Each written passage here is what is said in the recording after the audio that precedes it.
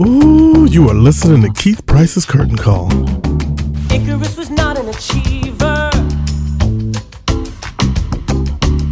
Always resented what his father could do. Was sick and tired of the hullabaloo. When would he ever make his mark? Icarus was not a believer. His father trusted him and took it for granted that he would turn out to be just as enchanted.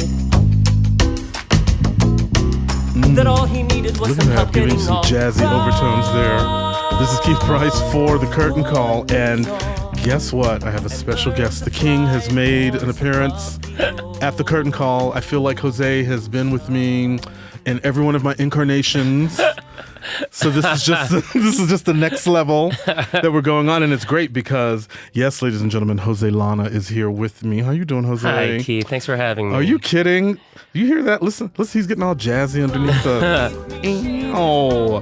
Well, that song is entitled Icarus, and it's from Jose Llana's latest, as we do the caramel hands for you, Yes. his new CD entitled Altitude. First of Yes. all, CD, because that's what I'm holding in my hand. I'm so old school. Right?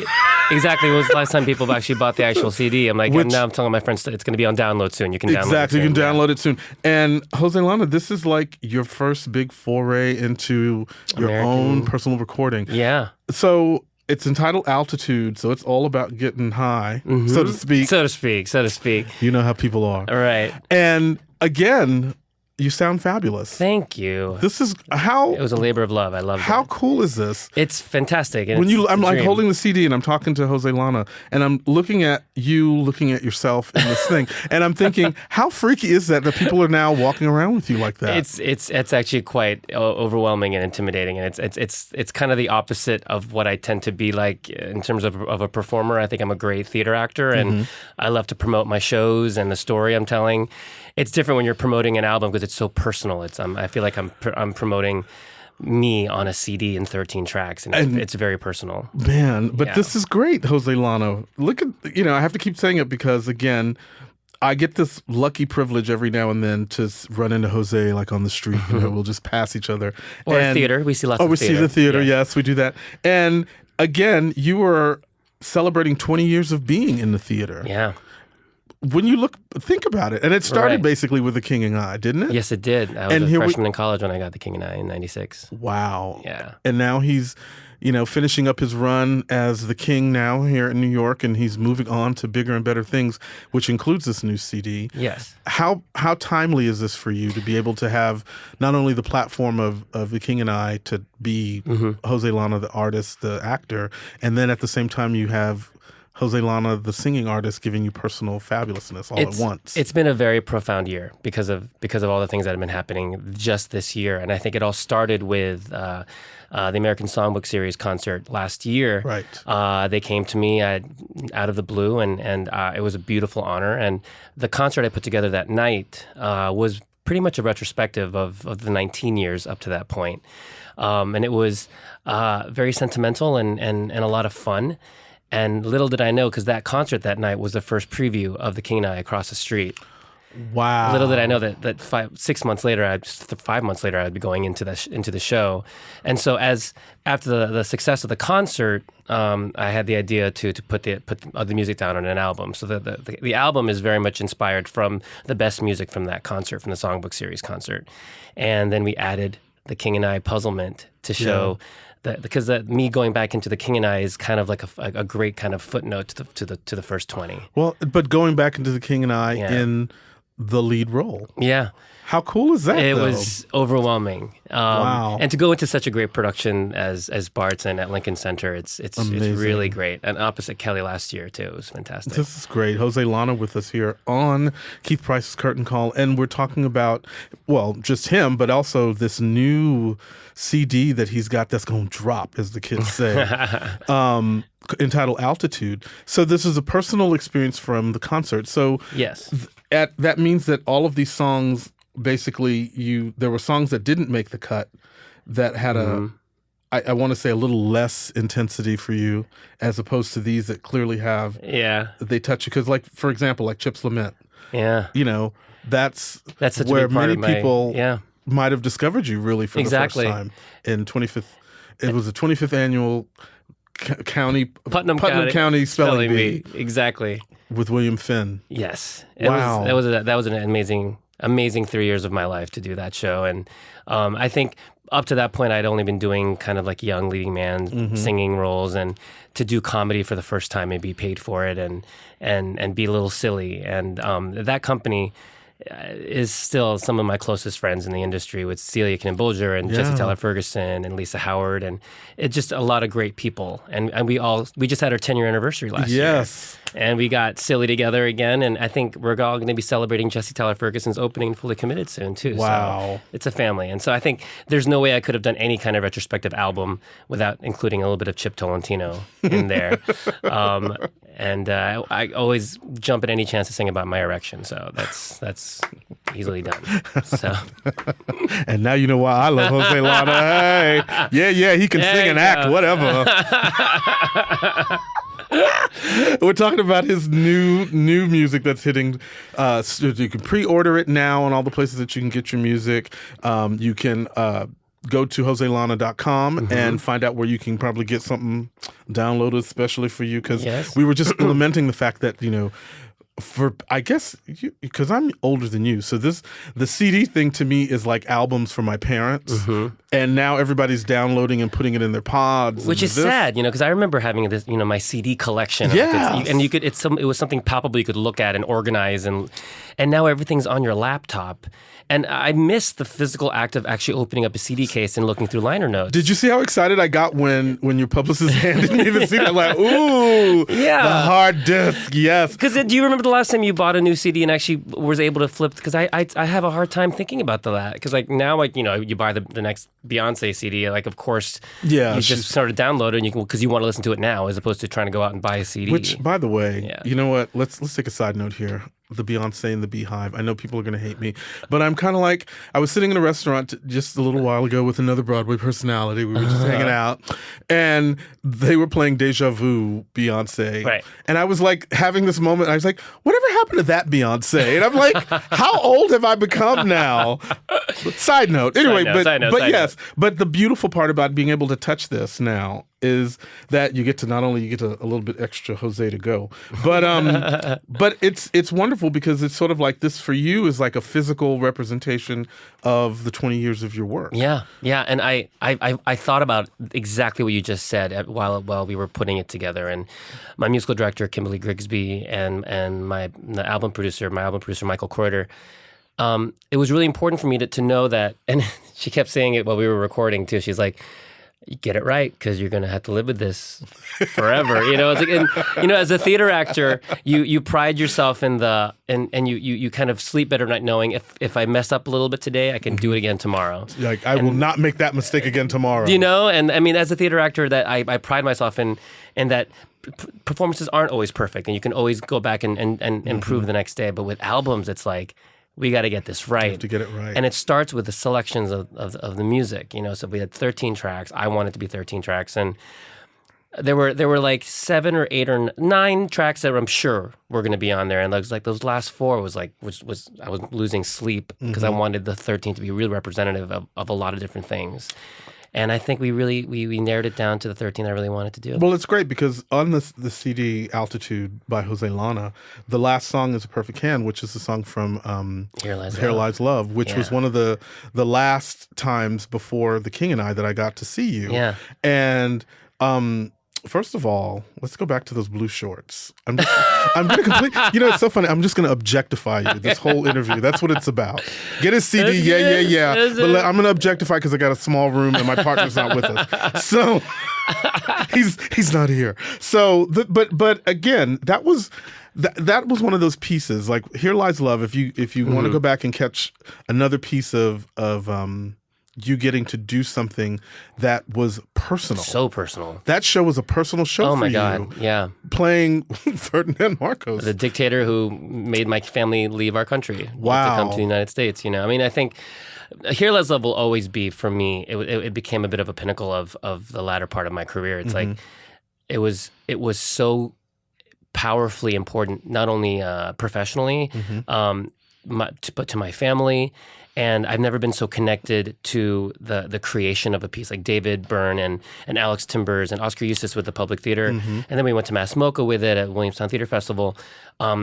Ruthie and Miles and I were there from the very first workshops through every incarnation. And to be able to feel like you've had a real personal stake and the creative team was so open to, especially because I was Filipino and pretty much half the cast, right? Right, almost all the cast, almost the entire cast. Which again is something that we're talking about doesn't happen very often. Doesn't happen very often, and so when it's that perfect storm, and I've worked long enough to have the perspective to be like, wow, this doesn't happen that often. Because there were some young kids in the cast who they were like, wow, this is amazing. Like the whole city's talking about us, and people are scalping tickets. I'm like, this never happens, and to have the appreciation of that while it was happening. Yeah. And to know that it's with a show that you believe in, that you think is good. Because sometimes that happens and you're not in a show that you necessarily enjoy or think is important. Everything was the right situation with that show. The perfect storm. Yeah, and again, another close family, and you get a bunch of Filipinos in a room together. It's going to be a family, and a lot of food, and a lot of rice, and a lot of salty meats, and so all of those things you need to stay away from. Yeah, because he was wearing blue shorts. Okay, because it's about these blue shorts for him. Honey, he's given all of that. You can't be feeling that carb beforehand. So there are two songs from that show and on the album, and it's the signature song that I sang as Marcos, and then I'm also singing Aquino's big song. Oh, that's right. Yeah. A Child of the Philippines. And that's where Ruthie comes to sing with me on the album. Ruthie Ann Miles. Tony Award winner. Tony Award winner. Tasha Harris. Since Here Lies Love, she went and picked up a Tony. Picked up a Tony. She's found time for you, right. didn't she? And she's my wife again. We can't Isn't seem to that work in amazing? New York without being married. So. That's amazing. I think we have a little bit of chemistry together, Ruthie and Miles and I. Well, I mean, at this point now, it's sort of like when she's ready to leave, I feel the two of you need to go off and do we've got Fresh Off the Boat. We don't have something. We don't have a Filipino experience on TV, so right? let's make that happen. Let's do that, and then we can sing something together too, have like a cabaret act or something like on TV, like something. Glee meets Fresh Off the Boat. Fresh Off the Boat meets Crazy Ex-Girlfriend. Yes. Oh my God, Jose Llana is here with me on the Curtain Call, and we're talking about his new CD, Altitude, in which you are taking us now on your 20-year musical journey, as well as some peeks into some composers that I'm not familiar with. Yeah, which I think there's is some new, very and excitement. I wanted to make sure that it wasn't just Rodgers and Hammerstein and well, there's some Bernstein in there. There's some Sondheim in there. I mean, but this is great. There's a very brand new song in there from a new musical that I workshopped about 2 years ago. Anne Marie Milazzo is a amazing. She's a vocal arranger, and she's also a composer. And she did an adaptation of this short film called Pretty Dead Girl. And David Henry Wong wrote the book for it, and we did a workshop of it 2 years ago. And it's just beautiful music. It's all pop music, and I just wanted to sing one of the songs from there. So, and Kim Grigsby also pointed out that she is the lone female composer on my album, which is I felt I at least have one female composer on the album as a card carrying feminist. I cannot be a just completely male composer. A sausage fest on Jose Llana's new CD, Altitude.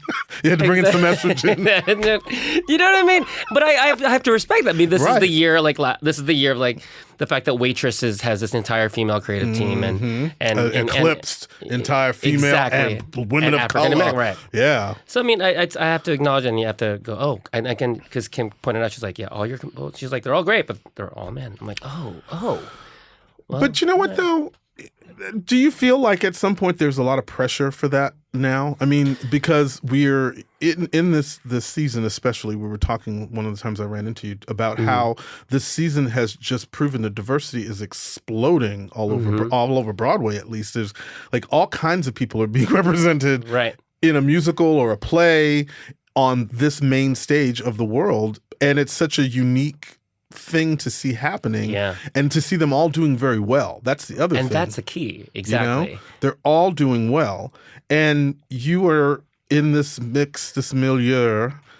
Like, did you feel that pressure? Like, you were saying about putting a woman on your CD. Did you? I mean, I always feel that pressure, you know, and I think because I'm someone who I think, sometimes I get in trouble with, on social media because I'm very vocal about how I feel about diversity and LGBT rights, and just because I'm a person of color who happens to also be LGBTQ, and so I hope to live by example whenever I can. If I'm making a creative choice, I do look at this because you have to, as a piece of art too, you want to look at it as an album of 13 tracks. It's like, I would never do an album of just like 13 similar songs, and I think just different perspectives are important that way.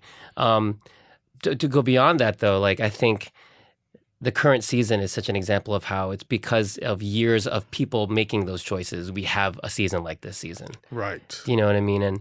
And I've been working in this community for 20 years, where I know I remember specifically it wasn't this easy 20 years ago. No. When I moved to New York as an 18-year-old and I would go to auditions, I read that all are encouraged to audition, and I would go there and they go, no, thank you. And like right away, without even opening my binder to sing, they're like, except you. We only wrote that because it's legal. So that explains why the folks at Hamilton got in so much trouble recently. They're like, don't even show up, white people. Don't show up. It's just, and we don't need you. But like for once, it's finally the tables are kind of turned, right? And I think, I was actually sitting at Pearl Studios a couple weeks ago, that one of the audition studios, and being the old man that I am, sometimes I find myself in a wave of like these freshly graduated musical theater majors. Like their books are perfect. Oh my God, they're all booked. They're all dressed quasi identically, and the men are all in like these khakis and button ups, and I mean, God bless them. I'm sure they're all very, very talented. But I overheard there was like a gaggle of like 4 Caucasian guys, and I think one black. I think he was African American. One black guy, and they were all talking about Hamilton. And the 4 guys, and it was this kind of like this young millennial kind of entitlement kind of thing. They were like, they're not even millennials. What are they now? Like the 21-year-olds?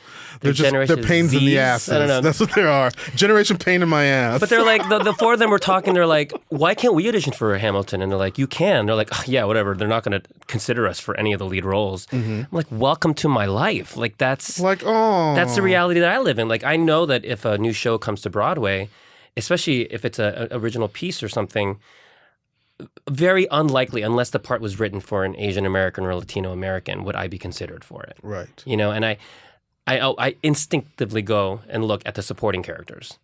Right. Because if the director's going to maybe go to non-traditional, they'll go that route as opposed to the leading man role. And that's just how I've been conditioned, programmed. Do you know what I mean? And I think with Hamilton, it's such the switcheroo now. People are like, but the best parts are the, like, yeah, I know the best parts are always the lead parts. In that one show. That one show. Right. And y'all getting y'all panties in a twist. Exactly. But it's just fascinating. At least the conversation's happening. Well, the conversation is happening, but it's so funny because, again, Jose Llana with me here on The Curtain Call.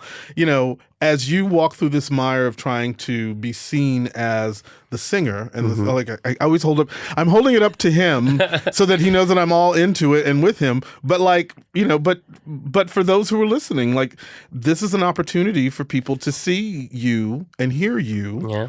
Differently than they would if they did come to see The King and I, or if they did see you in the 25th annual Putnam County Spelling. It's a mouthful there. Anyway. That. William Finn show.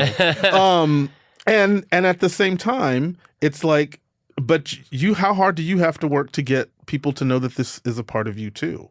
Right. I've been very lucky, and I think when I look at the CD and I look at when I was looking at my career for the past 20 years. In terms of diversity, I've had some of the Asian shows. I've had The King and I. I've had Flower Drum Song, but I've also had the opportunity to do shows where ethnicity wasn't necessarily written into the part until I got into the room. Like Spelling Bee, I think they were possibly going to they were looking for maybe my character wasn't named yet. Like it was Trip Barrington, I think, out of town, and they took it up there. And then when I walked into the room, they were like, "Oh," and then I named him Chip Tolentino. So like when you bring someone in, and then you like the talent, and then whatever that ethnicity happens to be, that's where it's powerful. I helped to create that part, and Chip Tolentino is forever Filipino now because of it. Exactly. And with Adam Gettel's piece, Saturn Returns, they didn't even see color. They wanted 6 singers who could sing Adam's music the way that they wanted it to sound. And so they had this rainbow tribe. It was me and Vivian Cherry, Terry McCarthy, Bob Stillman, and Lawrence Clayton, and Annie Golden. Like 6 of the most different looking and sounding people you could find. Imagine. And that Annie Golden, come on. Oh my gosh. And so like that and so the fact that I worked with Adam and Tina Landau and Ted Sperling at the Public Theater in 1998 with Saturn Returns, so young in my career, I was 2 years working. Yeah. It opened my eyes to the art that was possible with that kind of music and that kind of care in storytelling. And I was really blessed by that. And I think I always go back to that. And that's why I think a lot of the album opens with that. The album opens, and that's where the title comes from, is Altitude, is from a lyric from Icarus. So. Look at that. Jose Llana talking about his new CD, Altitude, and little life on the stage and life as an actor, life as being out. We've talked about that before, about how,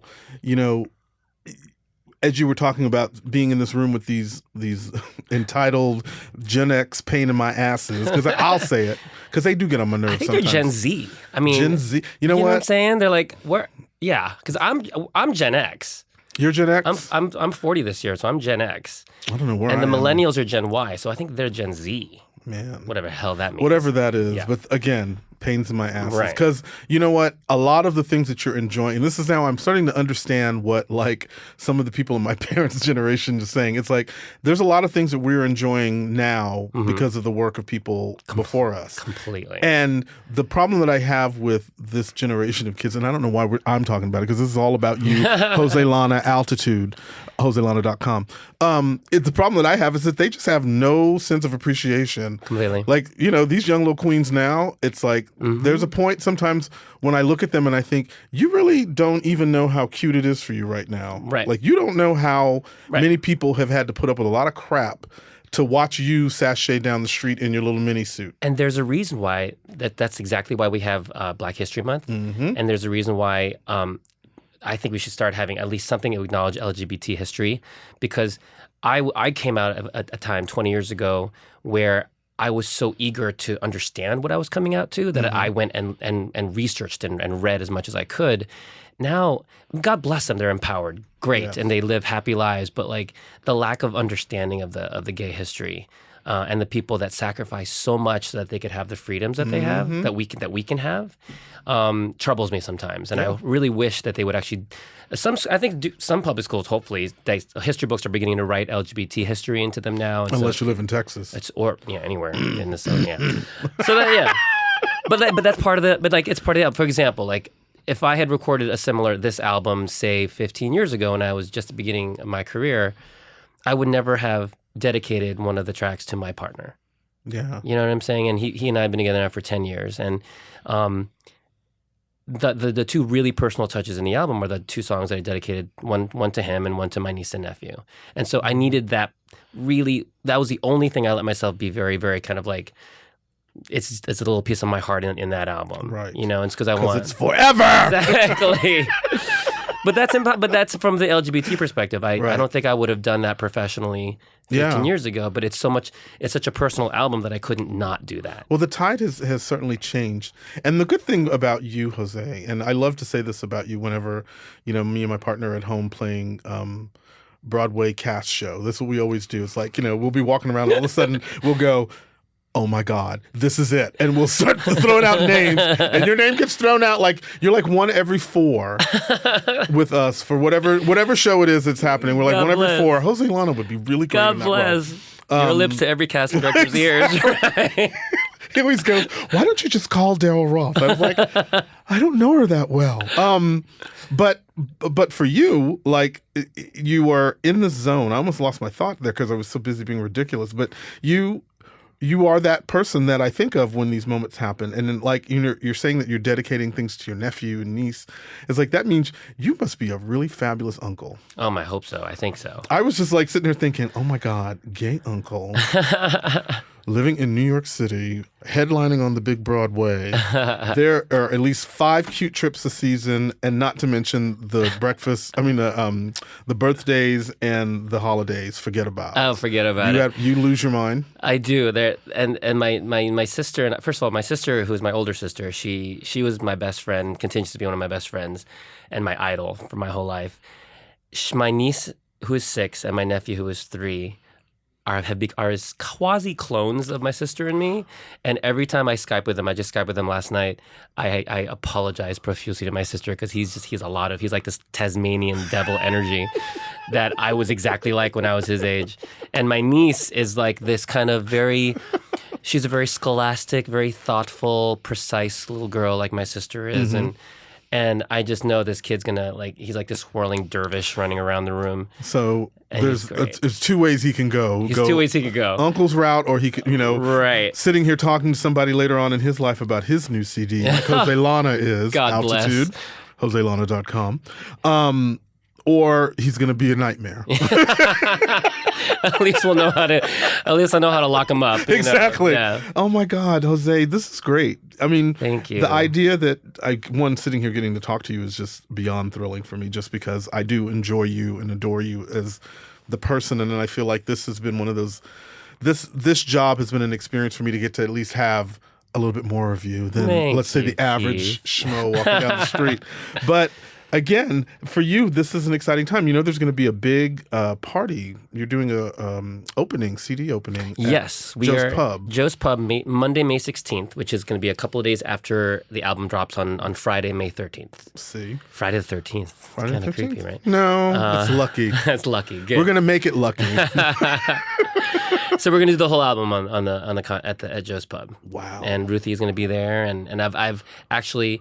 I gathered the exact same band that did the Songbook concert a year ago, and they're also all on the album, and we're going to bring everyone back. So look at that. It's going to be a great concert. It's going to be at Joe's Pub, which is at the Public Theater, which is where half the shows that I did were from the Public. And yeah, because that's where I saw Here Lies Love. Yeah, and it's where Saturn Returns was, in the same room. Oh, wow. 15 years ago.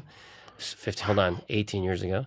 So, I mean, the Public Theater has a lot of sentimental connection for me. It was also where it was my first job after the 96 King I did on the town at Shakespeare in the Park at the Delacorte. Oh, wow. George Wolfe cast me in that with Jesse Tyler Ferguson. And Robert Montano, yeah. Oh, my God. And Leah Delaria. So that was my first job that wasn't the King and I in 97. Uh-huh.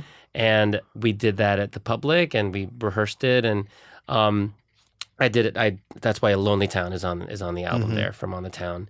I didn't go with it to Broadway. I was going to ask. I was like, did I miss? No. But because by that point I was in Rent. I moved on to Rent. But it was also a very kind of it was a big wake up call for me, because I was so this big-headed, spoiled kind of I auditioned for every show, and I got the King and I get On the Town, and I did Street Corner Symphony, and now I'm going to be in Rent. I was like this. You were feeling yourself. I was 20 years old and kind of, and when they decided to go to Broadway and not take me with them, it was so, to me at the time, I was so I'm humiliated, and I can't believe this is happening, and it's like no one will ever hire me again. And because when you're 20 years old, you feel that because it was horrible. It was terrible, but they failed. It's okay. No, but my point they didn't even do a cast recording. Boom, boom. All right. But it was a great experience for me as a young actor to sort of form that skin that you need. And now 15, 16 years later, I understand the process of, because I've workshopped so many shows where they didn't use me down the road, or I was. Or they used someone in 3 workshops, and then I was the person that ended up taking it to Broadway. Do you know what I mean? Yeah. So it's a part of the industry. It's a part of the biz. I still love On the Town, and I still love the song. And no one could take away the memory of singing that music in Central Park when I was 20 years old. It was unbelievable. Wow. Jose Llana with me here on Keith Price's Curtain Call, talking about his CD Altitude, dropping May 13th. If you happen to be in New York, May 16th, you can see the big concert at Joe's Pub where he will be doing this live and giving it to you as he does. It's so funny. You were talking about the whole On the Town experience and how old you were at the time. You were 20. You know, you just told me you just turned 40, right? I turned 40 in 2 weeks. In 2 weeks? Wow. Yeah. Well, welcome to the club. Thank you. I'll be soon exiting. This was the Oh. It's like the good thing for both of us, we kind of don't look it. So, right. you know, Well, I'm feeling my 40-something. Us of the darker complexion tend to like. You know, it just makes them better. jealous. They just get jealous when they hear that. Don't y'all, Chad? Y'all get jealous.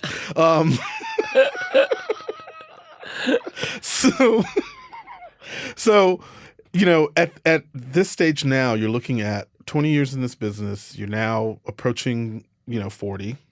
And you're looking back and you're talking about that 20-year-old kid, Right. like losing it and having that moment about they're not taking me.